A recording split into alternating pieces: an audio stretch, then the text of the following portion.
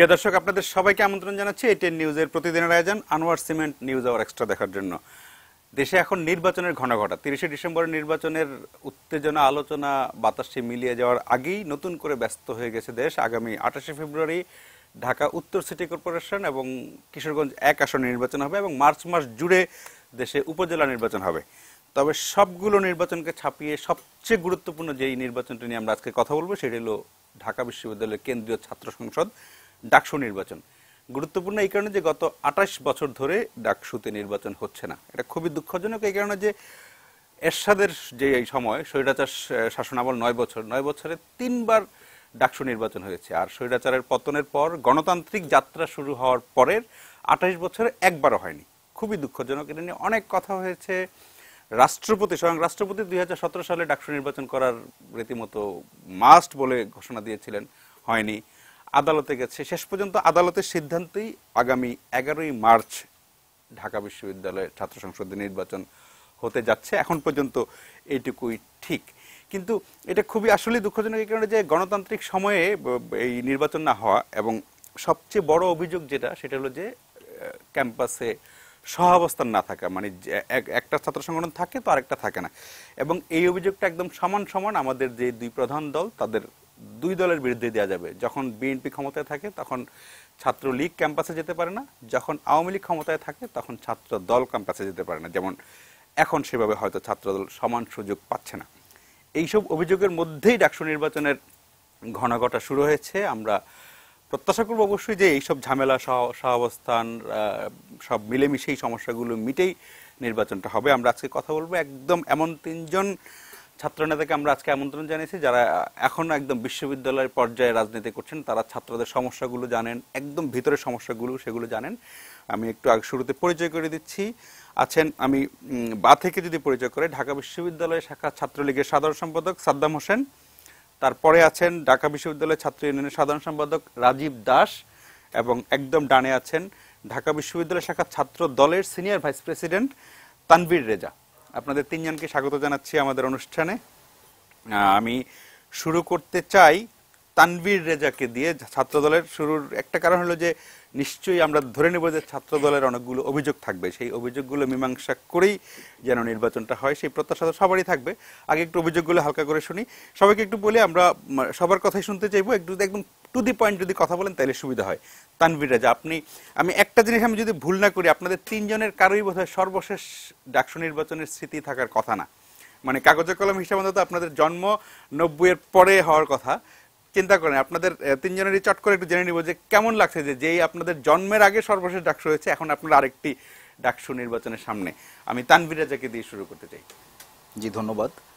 আসলে বহুল প্রতীক্ষিত ডাকসু নির্বাচনটি, আপনারা সবাই জানেন বা আপনিও বললেন যে 28 বছর ধরে নির্বাচনটি হয়নি। তো অবশ্যই মানে সবার খুব প্রত্যাশা থাকবে এই নির্বাচনটি ঘিরে, যে জাতীয় নির্বাচনের পরে এই নির্বাচনটা কেমন হবে, এটা নিয়ে সবার ভিতরে একটা শঙ্কা আছে আমি মনে করি। তো আমার জায়গা থেকে আমি যেটা বলতে পারি যে ছাত্রদের বা আমার ছাত্র দল, ঢাকা বিশ্ববিদ্যালয় শাখা ছাত্র দলের যে সমস্যাগুলো, যে আমরা ক্যাম্পাসে যেতে পারছি না, অনেক পুরনো অভিযোগ আমাদের, এবং বাস্তবতাও তাই। আমাদের ছাত্রছাত্রীরা ক্লাস করতে পারছে না, পরীক্ষা দিতে পারছে না, এবং গেলে হামলা শিকার হচ্ছে, পুলিশে ধরিয়ে দেওয়া হচ্ছে। আমি নিজে আপনার ভর্তিচ্ছ শিক্ষার্থীদেরকে শুভেচ্ছা জানাইতে গিয়েছিলাম আমাদের সংগঠনের পক্ষ থেকে, সেখানে আমাকে সহ আরো 2জনকে পুলিশে দেওয়া হয়েছে। আমরা ফুল এবং কলম দিয়ে শুভেচ্ছা জানাতে গিয়েছিলাম। তো এই ধরনের প্রোগ্রামও মানে সহ্য করতে পারছে না আমাদের বন্ধুপ্রতিম ছাত্র সংগঠন। তো এর প্রেক্ষিতে যেটা বলতে হয়, আমাদের ধারণা যে জাতীয় মানে ডাকসু নির্বাচন কেমন হবে, তো আমরা আশা করি যে আসলে একটা ভালো নির্বাচনই হবে। 28 বছর পরে খারাপ কিছু আমরা আসলে আশা করতে যাচ্ছি না, ভালো কিছুই প্রত্যাশা করছি।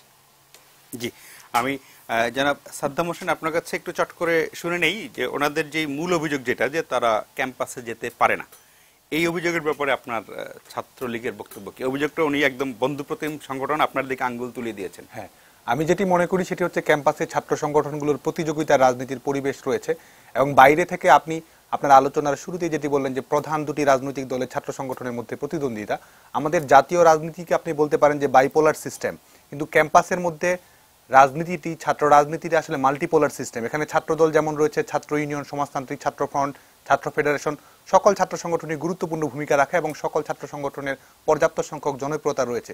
ঢাকা বিশ্ববিদ্যালয়ে বর্তমানে ক্রিয়াশীল ছাত্র সংগঠন রয়েছে 14টি এবং আপনি জানেন যে পরিবেশ পরিষদের মিটিংয়ে সবাই নির্বিঘ্নে অংশগ্রহণ করেছে। গঠনতন্ত্র প্রণয়ন কমিটির মিটিংয়ে তারা আমন্ত্রণ পেয়েছে, তাদের মতামত জানিয়েছে। আজকে আমরা যখন ক্যাম্পাসে সরকারের কোনো ইতিবাচক কর্মসূচিকে স্বাগত জানিয়ে মিছিল করি, আমি কিন্তু পাশেই দেখি যে রাজীব দাস একটি প্রতিবাদী মিছিল নিয়ে যাচ্ছে, সমাজতান্ত্রিক ছাত্রফ্রন্টের বন্ধুরা মিছিল করছে।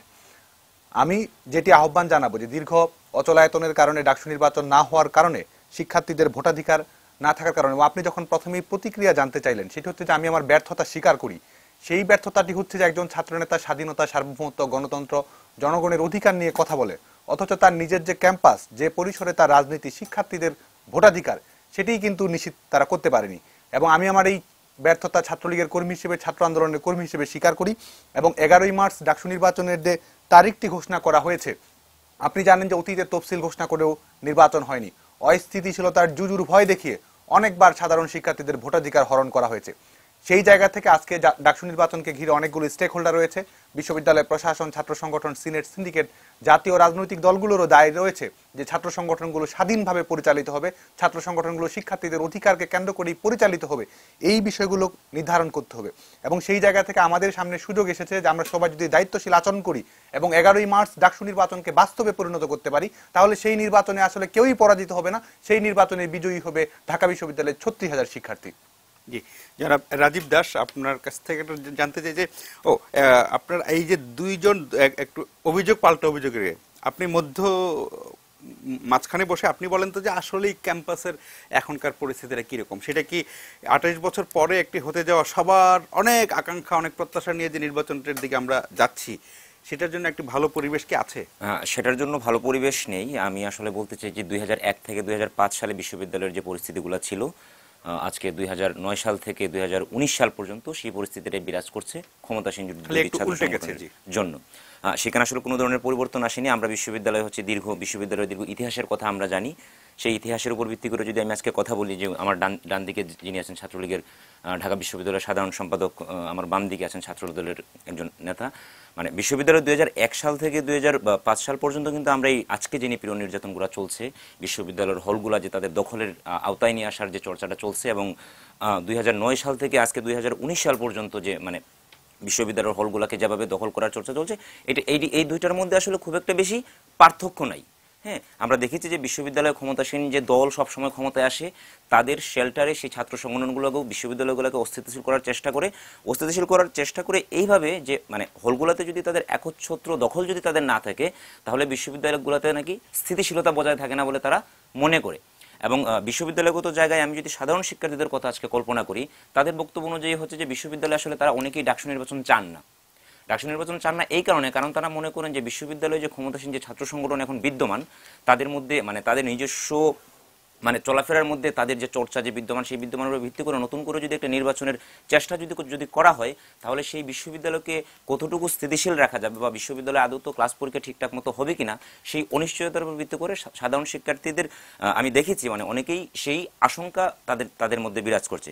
তো সেই জায়গা থেকে আমি মাঝখানে একটু আপনাকে মানে আপনার কথা শুনতে একটা মনে হলো আপনারা খুবই ভাগ্যবান এই কারণে যে 2001 থেকে 2005 ওই সময়টা ছাত্রলীগ ক্যাম্পাসে যেতে পারেনি, আপনার কথা সত্যি হয়। আর 2009 থেকে 2019 ছাত্রদল যেতে পারেনি। আপনারা কিন্তু ছাত্ররা কিন্তু বরাবরই ক্যাম্পাসে যেতে পেরেছেন। তো সবচেয়ে সৌভাগ্যবান সংগঠন আপনারা বা ছাত্রদল ছাত্রলীগ। সেই জায়গায় কিন্তু আমরা নিজেদেরকে ভাগ্যবান মনে করছি না, কারণ আমরা একটা আদর্শিক রাজনীতি করি বলে আজকে আমরা ক্যাম্পাসে বিরাজ করছি। আমরা কোনো ধরনের সন্ত্রাসী কর্মকাণ্ডে কখনো জড়িত হই নাই। হ্যাঁ, আমরা কখনো অনৈতিক কাজে আমরা কখনো জড়িত হই নাই, এবং এইসব অনৈতিক কাজ না করার প্রেক্ষিতে কিন্তু আমাদের যে রাজনৈতিক চর্চা, আমাদের যে মানে বিশ্ববিদ্যালয় জায়গা থেকে ছাত্রদের নিয়ে আমাদের যে কথা বলার যে অধিকার, সেই অধিকার থেকে হচ্ছে আমরা আজকে মানে ছাত্র ইউনিয়ন বিশ্ববিদ্যালয় ঠিক আছে। আমি বলতে চাই যে মোটামুটি সবসময় আজকে ঢাকা বিশ্ববিদ্যালয়ে যে অবস্থা বিরাজ করছে, আজকে মানে আমাদের আসলে ভ্রাতৃপ্রতিম ছাত্র সংগঠন, আমরা কখনো কখনো আসলে মানে টকশোতে এসে আসলে আমরা ভ্রাতৃপ্রতিম বলি, কিন্তু তাদের যে অত্যাচার, তাদের যে নিপীড়ন, মানে তাদের যে নির্যাতন বিশ্ববিদ্যালয়ে চলমান, সেটার উপর ভিত্তি করে আসলে এই কথাগুলো আমাদের হয়তো বলা উচিত হয় না। তারপরেও হচ্ছে আমরা মানে তর্কের খাতিরে বা আলাপ করার খাতিরে হয়তো আমরা বলি। আমরা বলতে চাই আমি আরেকটু বলতে চাই যে আমি যদি আজকে মানে তর্কের খাতিরেই যদি আমি আজকে বলতে চাই যে বিশ্ববিদ্যালয় যদি আজকে থেকে যদি মানে আওয়ামী লীগ সরকারের যদি পতন হতো, হ্যাঁ, তখন মানে বিশ্ববিদ্যালয়ের শিক্ষার্থীদের মধ্যে এই ছাত্রলীগের গত 10 বছরের কৃতকর্মের যে ফলাফল, সেই কৃতকর্মের ফলাফলের প্রেক্ষিতে তাদের মনে যে ঘৃণার যে মনোভাব নিয়েছে, এই সাধারণ শিক্ষার্থীরাই কিন্তু তাদেরকে সেই বিশ্ববিদ্যালয় ক্যাম্পাস থেকে বের করে দেওয়ার চেষ্টা তারা করবে। এবং 2005 সালের দিকে যখন হচ্ছে মানে যখন বিএনপি সরকারের যখন পতন হয়েছে, তখন কিন্তু ওই বিশ্ববিদ্যালয়ের তাদের যে নিপীড়ন, যে নির্যাতন ছিল, সেই কারণেই কিন্তু তাদেরকে বিশ্ববিদ্যালয় থেকে বের করে দিতে বাধ্য করা হয়েছে বলে মানে মানে আমি যে ইতিহাস যতটুকু জানি সেই ইতিহাসের ভিত্তি করে বলছি। আমাদের এই ধরনের কোনো ইতিহাস নেই। আমরা ছাত্রদের নিয়ে কথা বলি, আমরা ছাত্রদের নিয়ে কাজ করি, ছাত্রদের মধ্যে আমাদের গ্রহণযোগ্যতা আছে এবং আমরা আমাদের যে চর্চা, আমাদের যে রাজনৈতিক আদর্শ, সেই আদর্শ নিয়েই আমরা বিশ্ববিদ্যালয়ে রাজনীতি করছি। এর জন্য আসলে আমরা নিজেদেরকে মানে আমরা আসলে সব সময় থেকে যাচ্ছি, কেন থেকে যাচ্ছি, এটার ইতিহাসটা আমি সেইভাবেই বিবেচনা করতে চাই। ধন্যবাদ। জনাব তানভীর রাজা, আপনাদের বিরুদ্ধে একটা বড় অভিযোগ, যেটা যেমন ঢাকা বিশ্ববিদ্যালয়ের ঐতিহ্য, যেটা যে সেই যেমন এবারও সিদ্ধান্ত হয়েছে কোনো ধর্মীয় কোনো ছাত্র সংগঠন, ধর্মীয় রাজনীতি করে এমন কোনো ছাত্র সংগঠন সেই মানে ঢাকা বিশ্ববিদ্যালয়ের তৎপরতা চালাতে পারবে না। এটা ঢাকা বিশ্ববিদ্যালয়ের অনেক পুরনো ঐতিহ্য এবং জাতীয় রাজনীতি এটা হলে আরো ভালো হতো। আপনাদের বিরুদ্ধে একটা বড় অভিযোগ যে আপনাদের সাথে মানে বড় রাজনীতির 20 দলীয় জোটের কারণে ছাত্র শিবিরের সাথে আপনাদের এক ধরনের সম্পৃক্ততা আছে। সেই অভিযোগ দিয়ে কখনো কখনো আপনাদেরকে ক্যাম্পাসে যেতে বাধা দেওয়া হয়। এই জায়গাটা যদি একটু পরিষ্কার করেন। আসলে এই বিষয়ে বলতে হয় যেটা যে আসলে মানে জোটের যে বিষয়টা, এটা আসলে নির্বাচনী একটা জোট, এটার সাথে ছাত্রদের কোনো সম্পৃক্ততা আছে বলে আমি মনে করি না। ছাত্র দলের সাথে ছাত্র শিবিরের মানে আমাদের দলে যদি কারো বিরুদ্ধে অভিযোগ আসে যে ছাত্র শিবিরের সাথে সে জড়িত, আমরা তাকে সংগঠন করতে বাধা দেই বা সংগঠন করতে দেই না। তো এখানে আসলে মানে তাদের সাথে যে সুসম্পর্ক বা তাদের অভিযোগগুলো যে আমাদের ঘাড়ে এসে পড়বে, এটা আমরা আসলে মনে করি না কোনো বাস্তবসম্মত বিষয়। তো এটা হচ্ছে যে একটা জাতীয় নির্বাচনের প্রেক্ষাপট, যে নির্বাচনী জোট বা জাতীয় যে দলগুলো আছে আমাদের দেশে রাজনৈতিক, তাদের ভিতরকার একটা জোট। তো ছাত্রদের ভিতরে এ ধরনের কোনো জোট এখন পর্যন্ত নাই। মানে জামাত শিবিরের সাথে আমাদের কোনো জোট নাই। তো এই অভিযোগ সম্পূর্ণ ভিত্তিহীন আমি মনে করি। জি, আরেকটা কথা, আপনি যদি একটু ইয়ে করেন যে এই না মানে শিবিরের সাথে আপনাদের মানে মাঠে কোনো যোগাযোগ নেই, কিন্তু এই অভিযোগটা কিন্তু আপনাদের সাথে বরাবরই আসে। নির্বাচনের কিন্তু ধরেন আমি যদি ধরি 11ই মার্চ, মাঝখানে ফেব্রুয়ারি মাস, খুব বেশি দিন সময় বাকি নেই। এই সময় আপনাদের মূল দাবিগুলি কি মানে নির্বাচনে যাওয়ার ক্ষেত্রে? যেমন আমি বলতে পারি যে আজকে এক্ষুনি সিদ্ধান্ত হয়েছে যে বিএনপি, আপনাদের যে মূল সংগঠন বিএনপি, ঢাকা উত্তর সিটি কর্পোরেশন নির্বাচনে অংশ নেবে না, সিদ্ধান্ত হয়েছে আপনাদের কিছুক্ষণ আগের বৈঠকে। আমরা আশা করছি জাতীয়তাবাদী ছাত্র দল ডাকসু নির্বাচনে অংশ নেবে। অংশ নেওয়ার ক্ষেত্রে আপনাদের কি কোনো পূর্ব শর্ত আছে? এর মধ্যে আপনারা বেশ কয়েকবার মিটিংয়ে ঢাকা বিশ্ববিদ্যালয়ে গিয়ে উপাচার্যের সাথে কথাও বলেছেন, আপনাদের শর্তগুলো কি? আমরা গঠনতন্ত্র সংশোধন কমিটির কাছে আমাদের 8 দফা দাবি উপস্থাপন করেছি, যেখানে ছিল যে আপনার সহাবস্থান নিশ্চিত করা, তারপরে মানে বুথ হল থেকে ক্যাম্পাসে নিয়ে আসা সহ। হলেই থাকবে আমি যতদূর জানতে পেরেছি। এখন হলে শুধু ছাত্রলীগই থাকছে, যেখানে আমাদের কোনো প্রতিনিধি থাকতে পারছে না। তো সেখানে বুথ থাকলে ভোট কেমন হবে সেটা নিয়ে আমরা আসলে শঙ্কিত।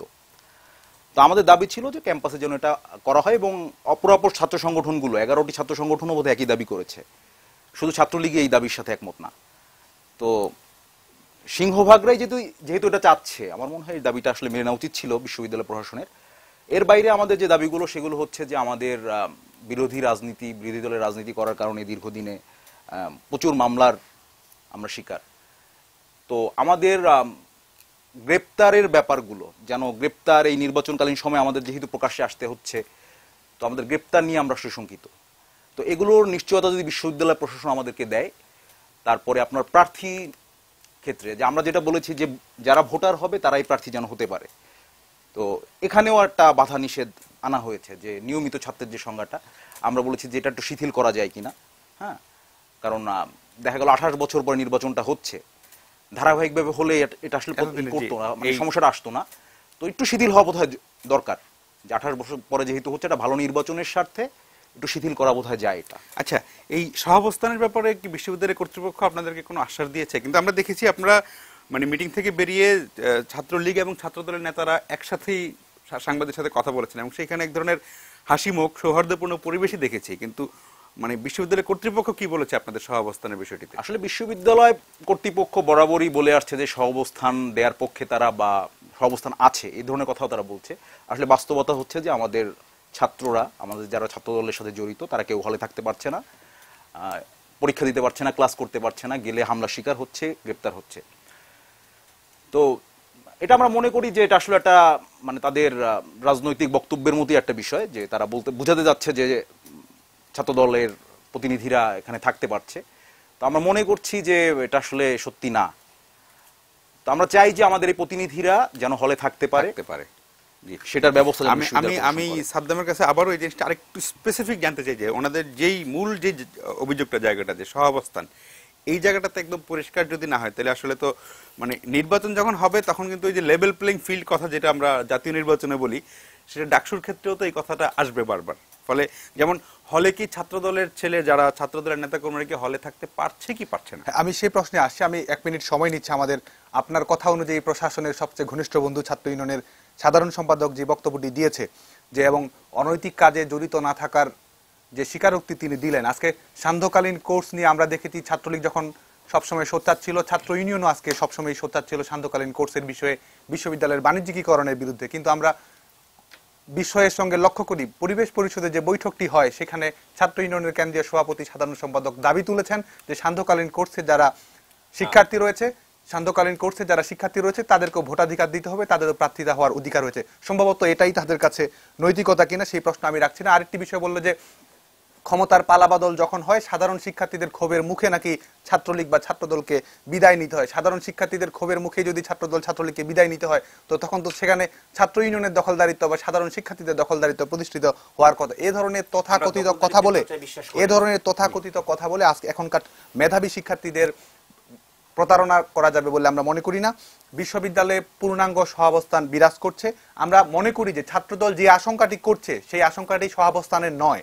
আজকে যখন ডাকসু নির্বাচন হচ্ছে, ছাত্রদল যে স্ট্র্যাটেজিক অবস্থায় রাজনীতি করে, ছাত্রদল যে আদর্শিক রাজনীতির চর্চা করে, সেটি আসলে হুমকির মুখে পড়ে গেছে এবং যে কারণে তারা আশঙ্কা করছে আজকে ডাকসু নির্বাচন যখন দিতে হবে আজকে আপনাকে নিয়মিত শিক্ষার্থীদের মধ্য থেকে ছাত্রনেতা বেছে নিতে হবে। কিন্তু ডাকসু নির্বাচনের ঘোষণা আসার সঙ্গে সঙ্গেই ছাত্রদলের যারা নেতৃত্বে রয়েছেন, বিশ্ববিদ্যালয় এবং কেন্দ্রীয় পর্যায়ে যারা নেতৃত্বে রয়েছেন, তারা আসলে নিজের নেতৃত্বকে নিরাপদ রাখবে না অনিরাপদ হয়ে যাবে এই শঙ্কার মুখে আছেন। এবং তারা এখন বাইরে থেকে যখন বলতে পারছেন যে বিশ্ববিদ্যালয়ে সহাবস্থান নেই, এই কারণে তারা কার্যক্রম চালাতে পারছে না, সাধারণ শিক্ষার্থীদের ভোটে পরাজিত হওয়ার আশঙ্কায় আসলে তারা ডাকসু নির্বাচনের সহাবস্থানের বিষয়টিকে মুখ্য করে তুলে সাধারণ শিক্ষার্থীদের ভোটাধিকার প্রয়োগ করার বিষয়টি বানচাল করার একটি সূক্ষ্ম ষড়যন্ত্রে আছে বলে আমরা মনে করি। আপনি দেখুন, তারা ডাকসু নির্বাচনে, আমরা বারবার বলছি ছাত্রলীগের লক্ষ্য বিজয়ী হওয়া নয়, ছাত্রলীগের লক্ষ্য শিক্ষার্থীদের ভোটাধিকার ফিরে দেয়া।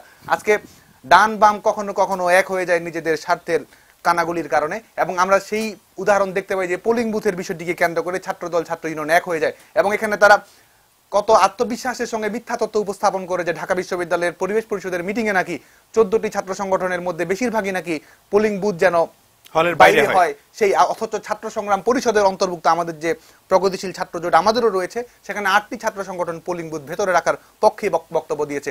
পোলিং বুথ বাইরে রাখার দাবিটি একটি হাস্যকর দাবি এবং প্রকারান্তরে ঢাকা বিশ্ববিদ্যালয়ে 38,000 শিক্ষার্থীর মধ্যে ঢাকা বিশ্ববিদ্যালয়ে হলগুলোতে যে 20,000 শিক্ষার্থী থাকে, সেই হলের শিক্ষার্থীদের গণতান্ত্রিক মূল্যবোধ, গণরুমে যে শিক্ষার্থী সংকট অভাব অনুশোচনার মধ্য দিয়ে হলে জীবন অতিবাহিত করে তার মানবিক মূল্যবোধকে অপমান করা বলে আমরা মনে করি। এবং অবস্থা এমন দাঁড়িয়েছে এবং ছাত্র ইউনিয়ন যখন ছাত্র ইউনিয়নের মতো ঐতিহ্যবাহী এবং লড়াকু একটি সংগঠন যখন এ ধরনের দাবি তুলে, আমরা মনে করি সেটা হচ্ছে ঘোড়ার আগে গাড়ি জুড়ে দেয়। আপনি বলতেছেন যে ছাত্রলীগের দখলদারিত্ব হলে রয়েছে যেন পোলিং বুথগুলো নির্বাচনের দিনে বাইরে উপস্থাপন করতে হবে, তার মানে তারা এটা স্বীকার করে নিচ্ছে যে নির্বাচনের আগের দিন পর্যন্ত তাদের অভিযোগ অনুযায়ী ছাত্রলীগের দখলদারিত্ব থাকবে। অথচ ছাত্র ইউনিয়নের মতো ঐতিহ্যবাহী লড়াকু সংগঠনের উচিত ছিল যে নির্বাচনের আগে আপনারা যদি মনে করেন যে সেখানে গণতান্ত্রিক পরিবেশ নেই, আপনারা বিকল্প প্রস্তাবনা উত্থাপন করুন, সেই বিকল্প প্রস্তাবনা অনুযায়ী আসলে নির্বাচনটা হতে পারে। সেই ধরনের যৌক্তিক প্রস্তাব দেয় সেটা আমরা মেনে নেব। এটি আসলে যে প্রগতির মগজে বসবাস সুবিধার এখন ব্যান্ড সঙ্গীতে যে ধরনের লাইনগুলো আমরা শুনি সেটি আসলে তাদের সঙ্গে মিলে যায়। ঠিক আছে, আমরা একটা বিরতিতে যাই, বিরতির পরে আবার আলোচনায় ফিরবো। প্রিয় দর্শক, আশা করি সঙ্গেই থাকবেন। তিনজন একদম তরুণ, এখন যারা ইউনিভার্সিটিতে কাজ করছেন, রাজনীতি করছেন, তাদের মুখ থেকে শুনছি আমরা এখনকার ছাত্রদের কি ধরনের সমস্যা, সেগুলো বিরতির পরে তাদের কাছ থেকে শুনবো।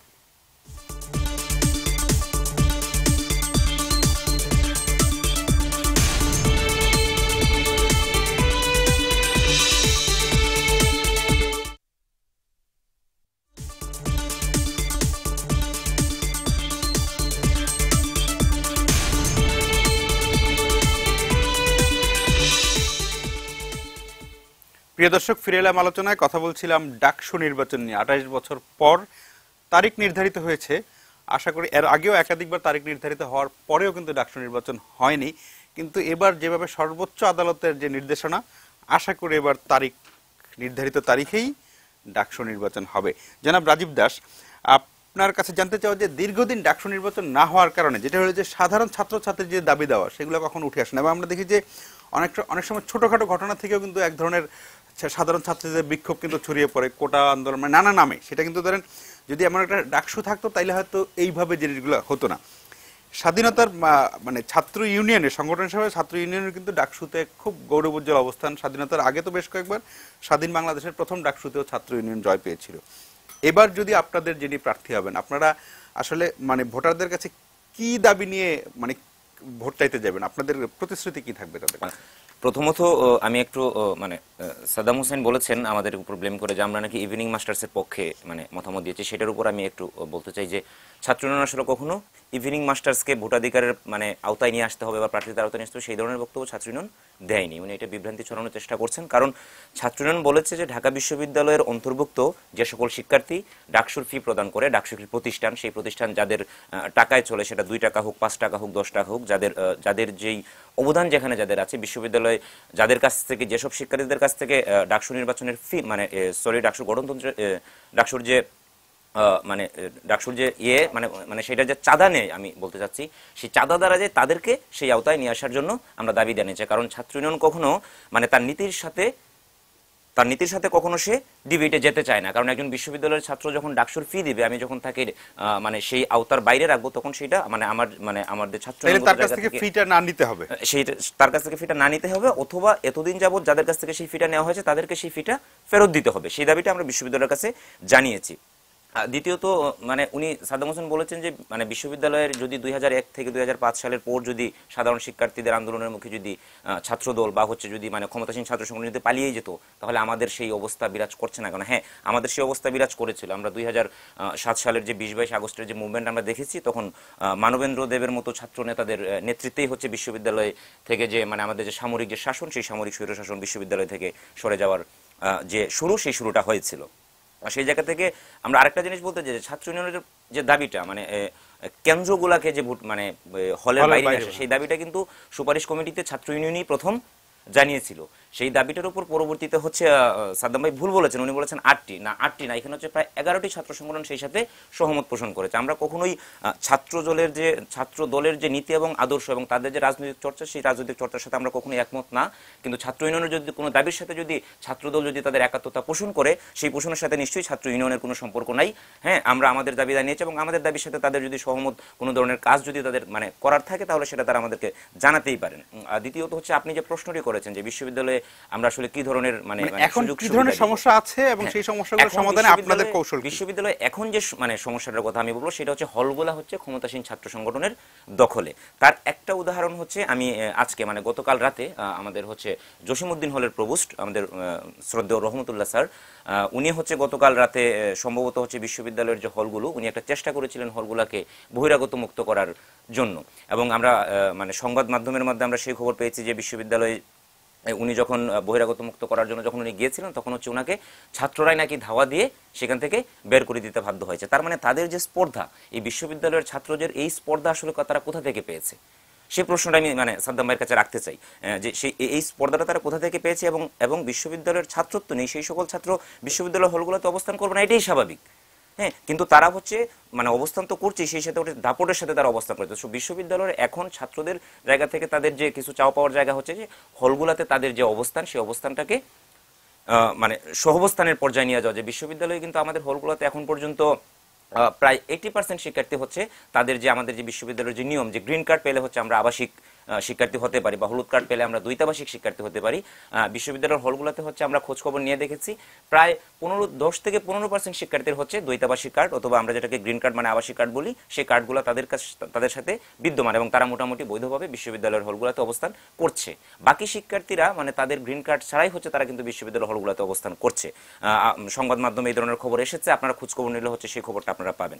তো বিশ্ববিদ্যালয়ের এখন জায়গায় সেই জায়গায় বিশ্ববিদ্যালয়ের যে হলগুলা, সেই হলগুলোতে ছাত্রদের যে সহবস্থান সহাবস্থান, সেই সহাবস্থানের জায়গাটা হচ্ছে আমরা জোর দেওয়ার চেষ্টা করেছি এবং বিশ্ববিদ্যালয় হলগুলোকে আমরা যদি ডাকসু নির্বাচনে আমাদের যে ইতিহাস আছে সেই ইতিহাস ঐতিহ্যের উপর ভিত্তি করে আমরা যদি এইবারও যদি মানে ডাকসু নির্বাচনে যদি সুষ্ঠু নির্বাচন হয়, কারণ আমাদের যে দাবি ছিল যে কেন্দ্রগুলোকে হচ্ছে হলের বাইরে নিয়ে আসার জন্য বিশ্ববিদ্যালয় মানে এখন পর্যন্ত শুধুমাত্র ছাত্রলীগ সেই দাবিটার বিরোধিতা করেছে আমি বলতে চাই, কারণ ছাত্রলীগই করেছে। আমরা পরিবেশ পরিষদের সবাই অন্যান্য ছাত্র সংগঠনগুলো বলেছে তারা বিশ্ববিদ্যালয়ের প্রশাসনের যে সিদ্ধান্ত সেই সিদ্ধান্তকে তারা স্বাগত জানাবে, বাকি সংগঠনগুলো এইভাবে বলেছে এবং বিশ্ববিদ্যালয় 11টি ছাত্র সংগঠন আমাদের যে দাবি সেই দাবির সাথে একতা পোষণ করেছে। কিন্তু একমাত্র কোনো এক অজানা কারণে ছাত্রলীগ এটার বিরোধিতা করছে।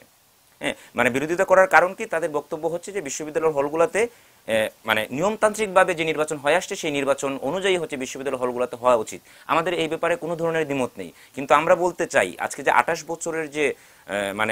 বছরের যে মানে জঞ্জালের কথা যে বিশ্ববিদ্যালয়ে উঠছে, সেই বিশ্ববিদ্যালয়টার প্রেক্ষিতে 28 বছরে যে বিশ্ববিদ্যালয়ের হলগুলা যে দিন দিন যে মানে সবসময় যে ক্ষমতাসীন ছাত্র সংগঠনগুলোর যে দুর্গে যে পরিণত হয়েছে এবং সেই পরিণতির কারণেই কিন্তু বিশ্ববিদ্যালয় আজকে এই অবস্থা বিরাজ করছে। দ্বিতীয়ত হচ্ছে 1994 সালের যে যখন ডাকসু নির্বাচন দেওয়ার একটা প্রক্রিয়া চলছিল, তখন হচ্ছে আমি আসলে এটা ছাত্র দলের রেফারেন্স টেনেই বলছি, যখন নির্বাচন হওয়ার কথা ছিল তখন ছাত্রলীগ তাদের জায়গা থেকেই বিশ্ববিদ্যালয়ের যে কেন্দ্রগুলো সেই অবস্থান না থাকার কারণে তাদের শিশু অবস্থানের জায়গা থেকে হচ্ছে তারা বলেছে কেন্দ্রগুলোকে বাইরে নিয়ে আসার জন্য। সেই ক্ষেত্রে হচ্ছে সেই জায়গায় হচ্ছে তাদেরকে নথিপত্র ঘেটে দেখার কথা বলা হয়েছে, তারা কোনো ধরনের তথ্য প্রমাণ হাজির করতে এখন পর্যন্ত আমাদের সামনে সেই তথ্য প্রমাণ হাজির করতে পারে নাই।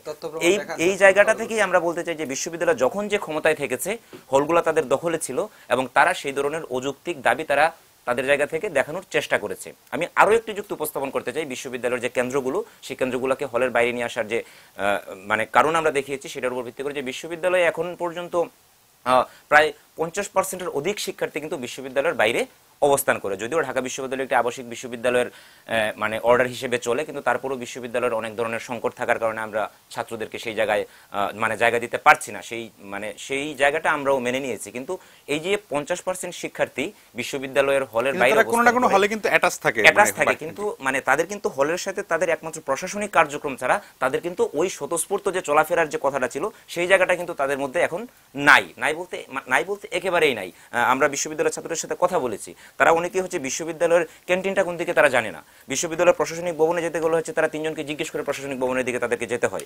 সেই সব জায়গা থেকে মানে এবং তারা জানে যে বিশ্ববিদ্যালয়ের যে হলগুলো সেই হলগুলো হচ্ছে ক্ষমতাসীন ছাত্র সংগঠনগুলোর দুর্গে পরিণত হয়েছে এবং তারা যেতে সেখানে মানে স্বাচ্ছন্দ্য বোধ করে না। সেই স্বাচ্ছন্দ্য বোধ করার যে প্রক্রিয়া সেই প্রক্রিয়ার উপর ভিত্তি করে আমরা বলেছি যে বিশ্ববিদ্যালয়ের অন্তত হলগুলোর পাশে যে পার্শ্ববর্তী একাডেমিক বিল্ডিং সেই একাডেমিক বিল্ডিংগুলোতে এখন পর্যন্ত বিশ্ববিদ্যালয়ের ছাত্ররা মোটামুটিভাবে আমরা যদি হলগুলার বেসিসে যদি আমরা কম্পেয়ার করে দেখি তারা মোটামুটিভাবে স্বাচ্ছন্দ্যভাবে চলাফেরা করতে পারে। সেই জায়গা থেকে আমরা দাবি জানিয়েছি যে হলগুলাকে যেন অন্তত পক্ষে মানে এই বছর অথবা 2 বছরের জন্য যেন সেই হলগুলোকে বাইরে নিয়ে আসা যায় এবং পরবর্তীতে যখন ডাকসু নির্বাচন হবে সুষ্ঠু ডাকসু নির্বাচন যদি সম্ভব হয় সেই নির্বাচনের মাধ্যমে যে ছাত্র প্রতিনিধি যদি বিশ্ববিদ্যালয়ে প্রতিষ্ঠিত হয় সেই ছাত্র প্রতিনিধিরা ছাত্রদের সমস্যা বুঝবে এবং তারা হলের সমস্যাগুলো সমাধান করবে।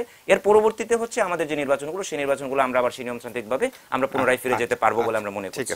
জনাব তানভীর রাজা, সর্বশেষ যে ডাকসু নির্বাচন হয়েছিল 1990 সালের 6 জুন, সেই নির্বাচনে আপনাদের প্যানেল জিতেছিল আমান খোকন।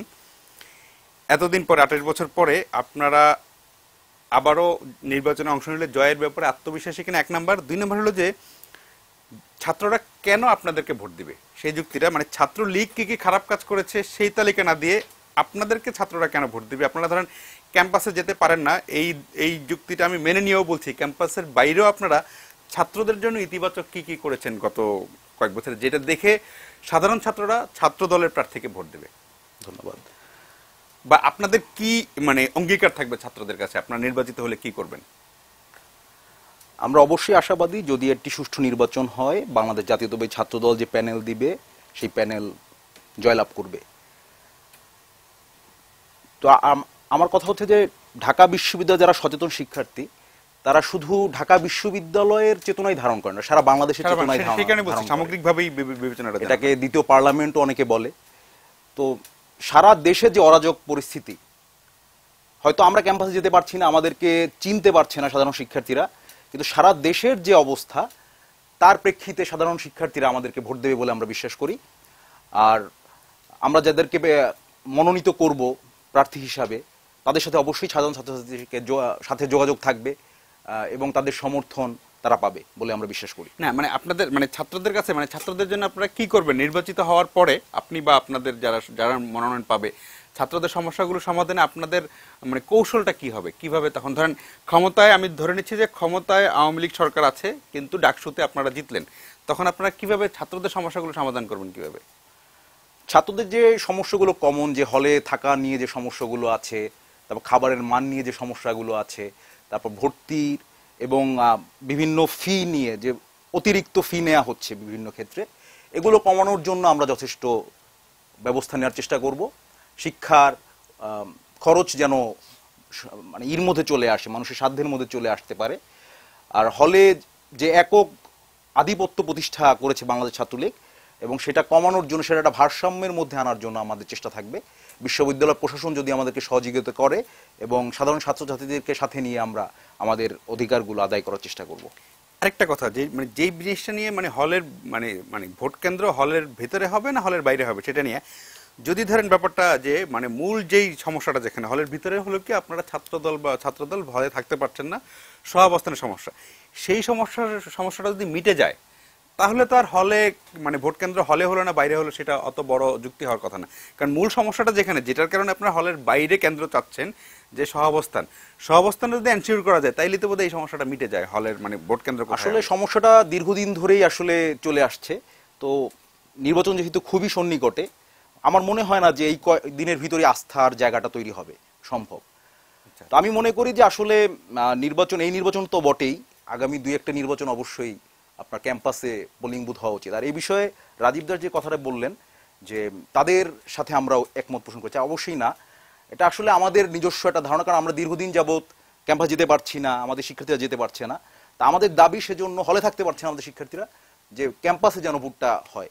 তো আমাদের নিজস্ব জায়গা থেকেই কিন্তু আমরা এই দাবিটা করেছি। তাদের দাবির সাথে যে সহমত, বিষয়টা এরকম না। আরেকটা বিষয়, আপনি বলেছেন যে 2001 সাল থেকে 2005 সালে ছাত্রলীগ ক্যাম্পাসে ছিল না, আমাদের দল তাদেরকে থাকতে দেয়নি, এটা সম্পূর্ণ ভুল একটি কথা। তারা বহাল তবিয়তি ক্যাম্পাসে ছিল, বরং আমরা থাকতে পারছি না। বিগত 10 বছর 11 বছরে পদার্পণ করলাম, একটা না আমরা ক্যাম্পাসে থাকতে পারছি না। জি জনাব সাদ্দাম হোসেন, মানে তাদের দুজনের কাছ থেকে তাদের নির্বাচনের যে অঙ্গীকারের ধরনের এক ধরনের কথা শুনলাম, আপনাদের কথা যে আপনারা 10 বছর বা 11 বছর ধরে ঢাকা বিশ্ববিদ্যালয় ক্যাম্পাসে আপনাদের একক আধিপত্য, মানে আমি যদি হলগুলোতে বলি সেটা আপনারা বলতে পারেন যে যদি ছাত্ররা যদি আপনাদের সমর্থন করে তাহলে একক আধিপত্য হতে কোনো অসুবিধা নেই, তাতে সমস্যা নেই। যদি সব ছাত্র যদি আপনাদের সমর্থন করে তাহলে একক আধিপত্য হবেই, তাতে কোনো সমস্যা নেই। কিন্তু আমি আপনাদের সাধারণ সম্পাদক গোলাম রাব্বানির একটা ইন্টারভিউতে বলছিলাম যে উনি বলছিলেন যে 30% ছাত্রলীগের নেতাকর্মী বিভিন্ন হলে আছে, বাকি 70% তো অন্য সংগঠন বা অন্য ইয়ের। সেটা যদি বলি, এখন আপনি বলেন যে সাধারণ ছাত্রছাত্রীরা আপনাদেরকে কেন ভোট দিবে? 1 নম্বর কথা হলো যে আপনাদের বিরুদ্ধে যে অভিযোগ যে আপনারা বাইরের সংগঠনের ছাত্রদের ঢুকতে দিচ্ছেন না। আরেকটা অভিযোগ খুব কমন, আমি ঠিক জানি না, যে হলের ভিতরে এক ধরনের গেস্ট রুম বা কমন রুম ধরনের একটা, সেখানে নিয়ে আপনাদের ছাত্রদের নানা রকমের নির্যাতনের কথাও মাঝে মাঝে পত্রিকায় আসে, এবং একজন তো অসুস্থ হয়ে মারা যাওয়ার ঘটনা একবার ঘটেছে।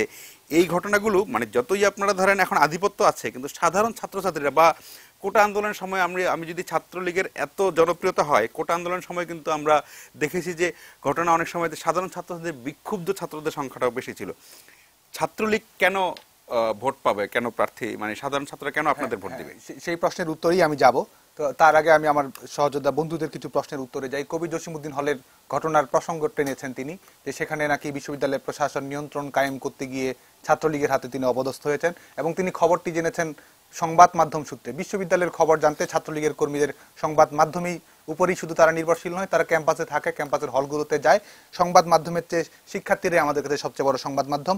এবং সেখানে আপনি জানেন যে কালকে শিক্ষার্থীরা বিক্ষোভ করেছিল এবং ছাত্রলীগ সেটিকে স্বাগত জানিয়েছে, এবং তারা সিটের নিশ্চয়তা চেয়েছে, এবং প্রথম বর্ষে এসে তারা কেন সিট পাবে না এই দাবিতে জানিয়েছে, এবং বিশ্ববিদ্যালয়ের কর্মচারীদের অধিক আবাসন কেন দেয়া হচ্ছে শিক্ষার্থীদের অগ্রাধিকার না দিয়ে, সেই প্রশ্ন তারা রেখেছে। এবং আমরা যে স্বপ্নের ঢাকা বিশ্ববিদ্যালয়ে চাই, আপনি যে প্রত্যাশার কথাও জানতে চেয়েছেন, সেটি হচ্ছে যে আমরা ঢাকা বিশ্ববিদ্যালয়কে একটি পূর্ণাঙ্গ আবাসিক বিশ্ববিদ্যালয় হিসেবে দেখতে চাই, যেন কোনো রাজনৈতিক দলই সিটের দখলের উপর ভিত্তি করে ছাত্র রাজনীতি পরিচালিত না করতে পারে, সেটির নিশ্চয়তা আমরা বিশ্ববিদ্যালয় প্রশাসনের কাছে চেয়েছি। এবং এর জন্য রোড ম্যাপ প্রণয়ন করার মাধ্যমে ঢাকা বিশ্ববিদ্যালয়কে পূর্ণাঙ্গ আবাসিক বিশ্ববিদ্যালয়ে প্রণয়ন করার রূপরেখা প্রণয়নের জন্য আমরা বিশ্ববিদ্যালয়ের প্রশাসনকে আহ্বান জানিয়েছি এবং এও বলেছি শুধুমাত্র ছাত্রছাত্রীদের দাবি দেওয়া অধিকার আদায় পূরণে শুধুমাত্র বিশ্ববিদ্যালয় প্রশাসনের উপর আমরা নির্ভরশীল নই, প্রয়োজন হলে শিক্ষার্থীদের সকল দাবি আমরা সরাসরি প্রধানমন্ত্রীর টেবিলে উপস্থাপন করব। পোলিং বুথের বিষয়ে বক্তব্য এসেছে। আওয়ামী লীগ স্বাধীনতা আন্দোলনের নেতৃত্ব দেওয়ার পরে আপনি জানেন যে ক্ষমতায় জাতির জনক বঙ্গবন্ধু শেখ মুজিবুর রহমানের নেতৃত্বে বাংলাদেশ যখন পরিচালিত হচ্ছিল সেই সময় ছাত্র ইউনিয়ন স্বাধীনতার পরে প্রথম ডাকসুতে মুজাহিদুল ইসলাম সেলিমের নেতৃত্বে ছাত্র ইউনিয়ন বিজয়ী হয়। ছাত্র ইউনিয়নের বিজয়ী হওয়ার জন্য কিন্তু পোলিং বুথগুলো একাডেমিক ভবনে নিয়ে আসার প্রয়োজন হয়নি। আজকে আপনি যখন বললেন যে গোটা বাংলাদেশের নির্বাচনের আবহাওয়া বিরাজ করছে, তো আমি মনে করি যে ছাত্র ইউনিয়নের কাছ থেকে শিক্ষা নিয়ে সম্ভবত সিপিবি এটিও দাবি করবে যে ঢাকা উত্তরে নির্বাচন চট্টগ্রাম উত্তরে নিয়ে যেতে হবে, এ ধরনের দাবিও তাদের কাছ থেকে আসতে পারে। এবং আমরা ডাকসু নির্বাচনকে যে জায়গা থেকে দেখছি এবং আপনি যেটি বললেন যে এতজন ভিপি বা জিএস পেতাম, আমরা কিন্তু সেটিকে গুরুত্বপূর্ণ মনে করি না। সবাই আজকে দেখছি যে আমরা ব্যক্তিকে গুরুত্বপূর্ণ করে তুলছি, যে একজন ব্যক্তি ভিপি বা জিএস হয়ে উঠে জাতীয় রাজনীতিতে গুরুত্বপূর্ণ ভূমিকা রাখবে। কিন্তু আমরা মনে করি যে এই ডাকসু নির্বাচনের মাধ্যমে আমরা যে নির্বাচিত নেতৃত্ব পাবো সেখানে কে ভিপি কে জিএস কিংবা ডাকসুর যে 22টি পদ রয়েছে সেই পদে কে গেল না গেল সেটির চেয়ে গুরুত্বপূর্ণ বিষয় হচ্ছে এই যে সাধারণ শিক্ষার্থীরা ভোটাধিকার প্রয়োগ করবে, সাধারণ শিক্ষার্থীরা নির্বাচিত নেতৃত্ব পাবে, সাধারণ শিক্ষার্থীরা সেই নেতৃত্বের কাছ থেকে জবাবদিহিতা আশা করতে পারবে, বিশ্ববিদ্যালয়ে সাংস্কৃতিক জাগরণ ঘটবে।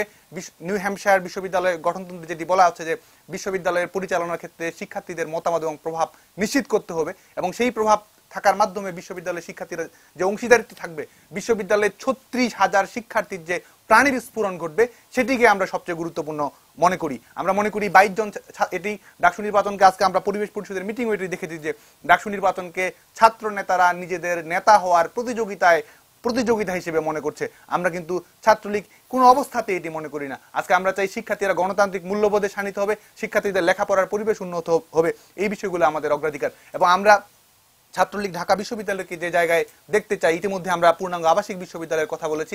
আমরা বলেছি ঢাকা বিশ্ববিদ্যালয়ের কেন্দ্রীয় লাইব্রেরিটি কেন যুগের পর যুগ জীর্ণ অবস্থায় পড়ে থাকবে, সেখানে সর্বাধুনিক ব্যবস্থা নিশ্চিত করতে হবে যেন শিক্ষার্থীরা সেখানে গবেষণা করতে পারে। এবং ঢাকা বিশ্ববিদ্যালয়ের রাজনৈতিক ঐতিহ্য নিয়ে আমরা গর্ব করি।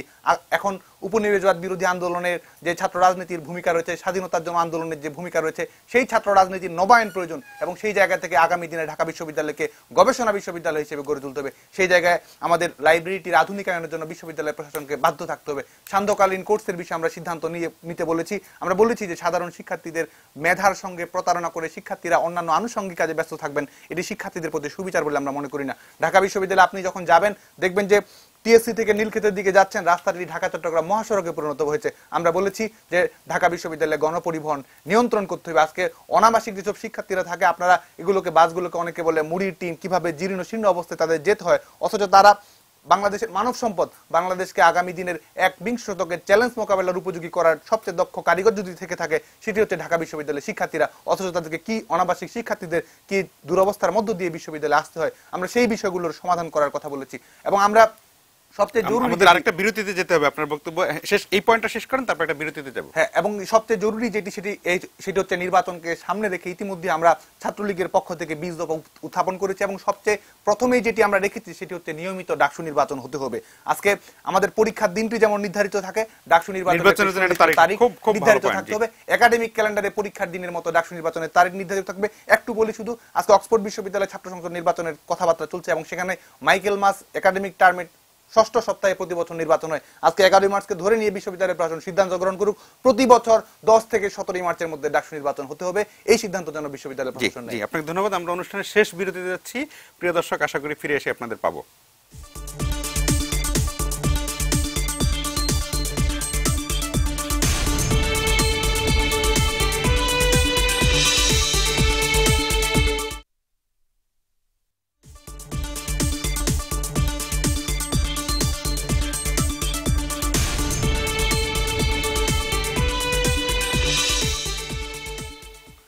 প্রিয় দর্শক, আমরা ফিরে এলাম আলোচনায়। অনুষ্ঠান একদম শেষ প্রান্তে অল্প সময় আছে, সবাই আসলে এক লাইন করে বলার সুযোগ পাবেন। রাজীব দাস, আপনি শুরুর বক্তব্যে বলেছিলেন যে ভাতৃপ্রতিম সংগঠন, এটা আপনারা টক শোতে বলেন কিন্তু বাস্তবে তেমন না। আপনাকে আশা করি, আমরা কি আশা করতে পারি যে নির্বাচনের আগে আপনারা সত্যি সত্যি একজন আরেকজনকে ভ্রাতৃপ্রতিম সংগঠনের নেতা হিসেবে বলতে পারবেন? এখন পর্যন্ত আসলে বাংলাদেশ ছাত্রলীগ ঢাকা বিশ্ববিদ্যালয় কমিটির যে পর্যালোচনা, মানে আপনাদের ভাই হওয়ার যোগ্য হয়নি এখন? আমরা আশ্বস্ত হতে পারছি না। কারণ আমি আজকে মানে কিছুক্ষণ আগে আসার আগেও একটা বিশ্ববিদ্যালয় থেকে আমি একটা খবর নিয়ে এসেছি। আমি ছাত্র রাজনীতি করার প্রেক্ষিতে অনেক ধরনের খবর আমাদের কাছে আসে যে মানে আমাদের বিশ্ববিদ্যালয়ে মানে বর্তমান সময়ে আরেকটি কিছু মানে প্যানেল দিবে, মানে কোটা সংস্কার যারা করেছিল বিশ্ববিদ্যালয় এবং যারা বিশ্ববিদ্যালয় ছাত্র সমাজের সমর্থন নিয়েই যারা এই আন্দোলনটা সফল পর্যন্ত করেছিল, আমরাও তাদের আন্দোলনে ছিলাম।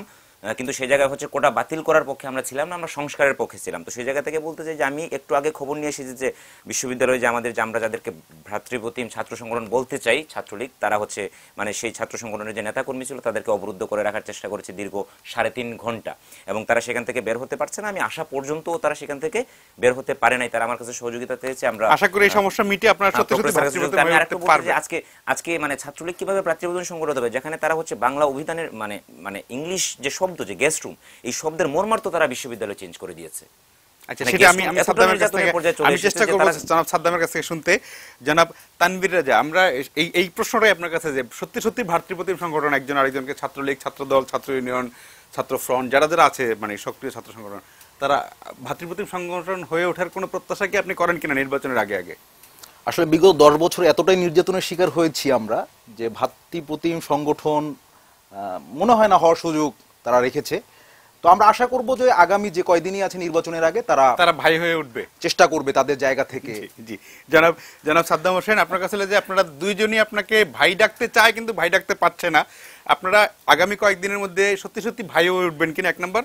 আর রাজীব যেটা বলেছে যে গেস্ট রুমের নামটাই বদলে দেয়, এটা আমারও একটু জানার আগ্রহ যে গেস্ট রুমে এক ধরনের নির্যাতনের কথা আমরা শুনি নানাভাবে, সেটা আসলে সত্যি কিনা বা কি?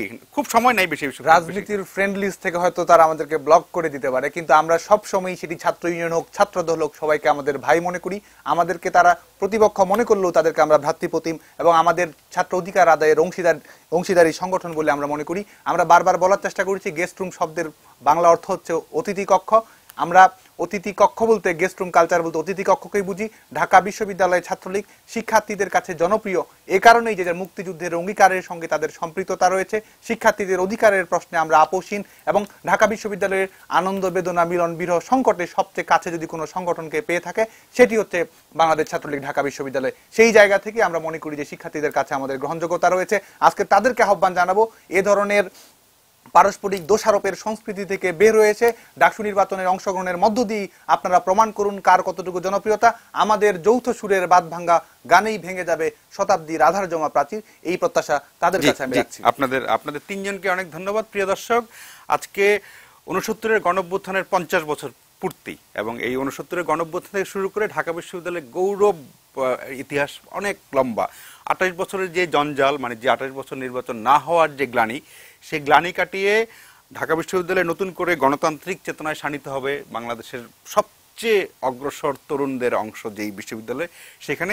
এবং সবাই যেটা বললো যে সবগুলো সংগঠনই ভ্রাতৃপ্রতিম হয়ে উঠুক এবং একে অপরের সমস্যাগুলো পাশাপাশি দাঁড়িয়ে ছাত্রদের সমস্যাগুলো মিটাক, এই প্রত্যাশা নিয়ে আজকের অনুষ্ঠান শেষ করছি।